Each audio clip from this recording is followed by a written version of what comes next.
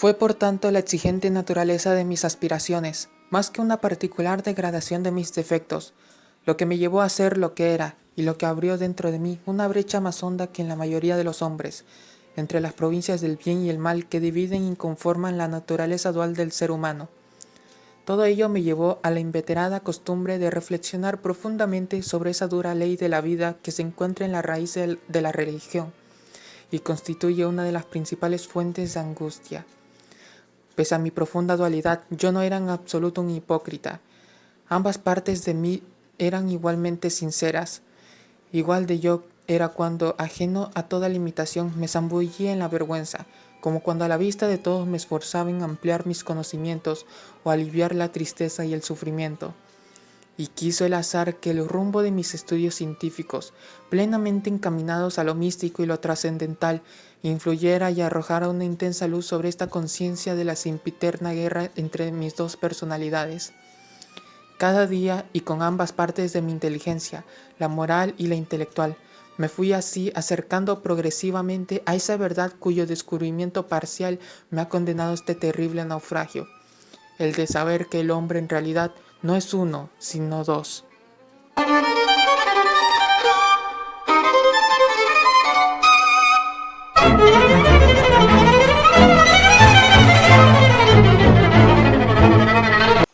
Hola romanos, hoy voy a hablar sobre el extraño caso del Dr. Jekyll y Mr. Hyde de Robert Louis Stevenson.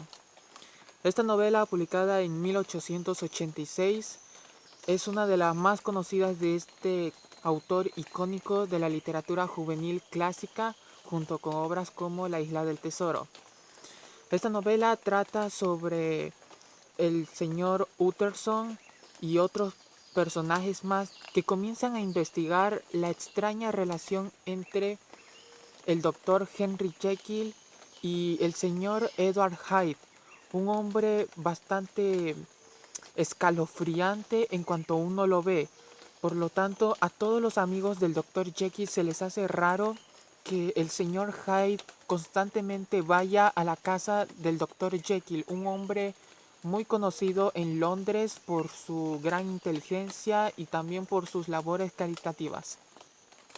Pero poco a poco esta investigación entre el señor Utterson, Poole, que es el mayordomo del Dr. Jekyll, el señor Enfield, entre otros personajes, llevará hacia un descubrimiento inimaginable.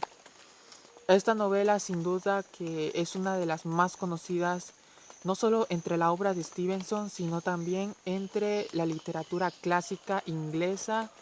Se ha vuelto un ícono en la cultura popular debido a que ha tenido varias adaptaciones desde la época del cine mudo hasta la actualidad. Por lo tanto, ya es muy conocido por todos el gran final que tiene este libro, pero igual intentaré en esta reseña no entrar en spoilers. Para empezar, esta novela en realidad sería una relectura. O sea, esta es la segunda vez que yo leo El extraño caso del Dr. Jekyll y el señor Hyde.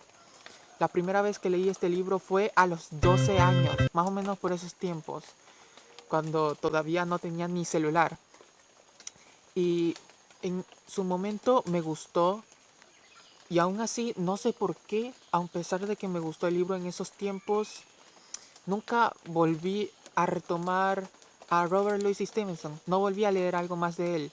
Así que para superar ese pequeño error y comenzar a leer más seguido Stevenson es que primero que todo decidí ahorita en 2021 releer este clásico de la literatura y para ir después a leer Las Mil y Una Noches. Sí, Stevenson tiene por ahí su versión de este clásico árabe. En realidad se llama Las Nuevas Mil y Una Noches. Ya veremos de qué trata. En fin, sobre la novela, debo decir que esta relectura me ayudó un poco a comprender la trama más de lo que había entendido a los 12 años. Para empezar, no sé por qué, yo tenía la impresión de recordar de que en la novela se centraba totalmente en las actividades que hacía el Dr. Jekyll. Y la verdad es que técnicamente no es así. La razón del título de la novela viene de que En realidad, lo que hace Stevenson es centrar toda su atención en el señor Utterson y los demás amigos del Dr. Jekyll, que empiezan a investigar su relación. O sea, en toda la novela nos vamos fijando en estos personajes que consideraríamos secundarios. Pero claro, a través de sus investigaciones es que el Dr. Jekyll, un personaje al cual no vamos conociendo completamente, igual se termina convirtiendo en el personaje central. Es, en cierto modo, una de esas novelas que utilizan al personaje secundario para ir desarrollando al verdadero personaje protagonista. Algo como lo que Arthur Conan Doyle hacía en su saga de Sherlock Holmes, donde el narrador era el Dr. Watson, pero estaba más que claro que el protagonista era Sherlock Holmes.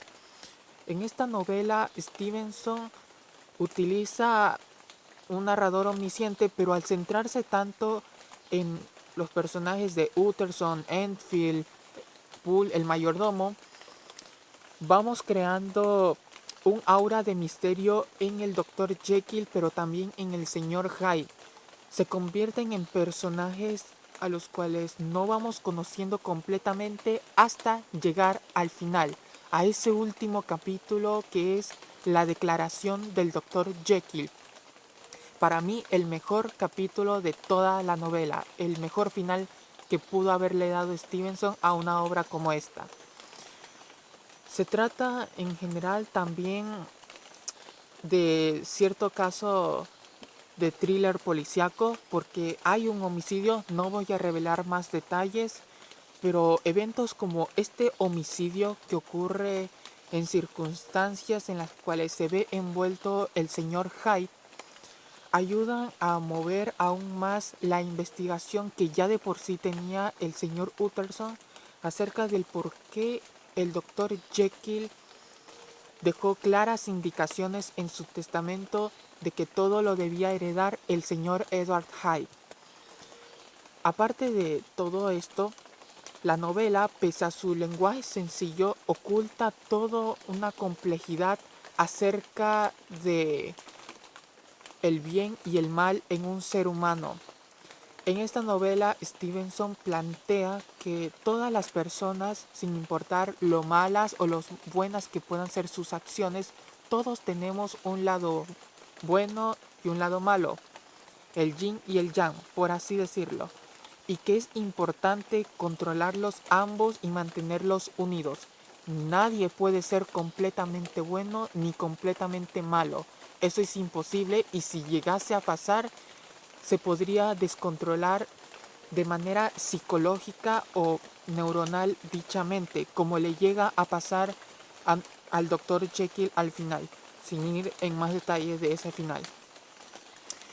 Es una novela en la cual también se ha teorizado de que Stevenson hablaba sobre el trastorno disociativo, lo cual es muy posible al tratarse de una novela donde se juega con las personalidades diferentes entre Henry Jekyll y Edward Hyde.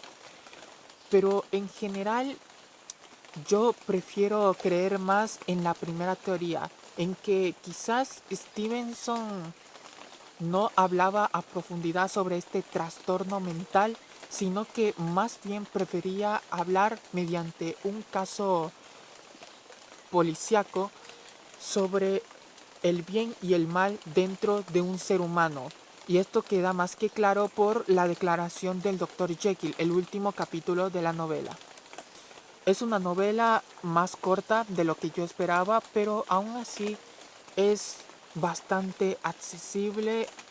Stevenson, pese a la brevedad de su historia, logra formar en todo el tiempo una atmósfera tétrica en Londres que se presenta en esta novela, muy inspirado probablemente en el Edimburgo natal de Stevenson. Es un Londres bastante oscuro, bastante tétrico, y no lo digo solo por las acciones que realiza el señor Hyde, sino por el propio ambiente. Los personajes parecieran estar todo el tiempo en un aura de depresión absoluta. Son personajes que de repente buscan un sentido de la vida en investigar a esta extraña relación entre el Dr. Jekyll y Mr. Hyde.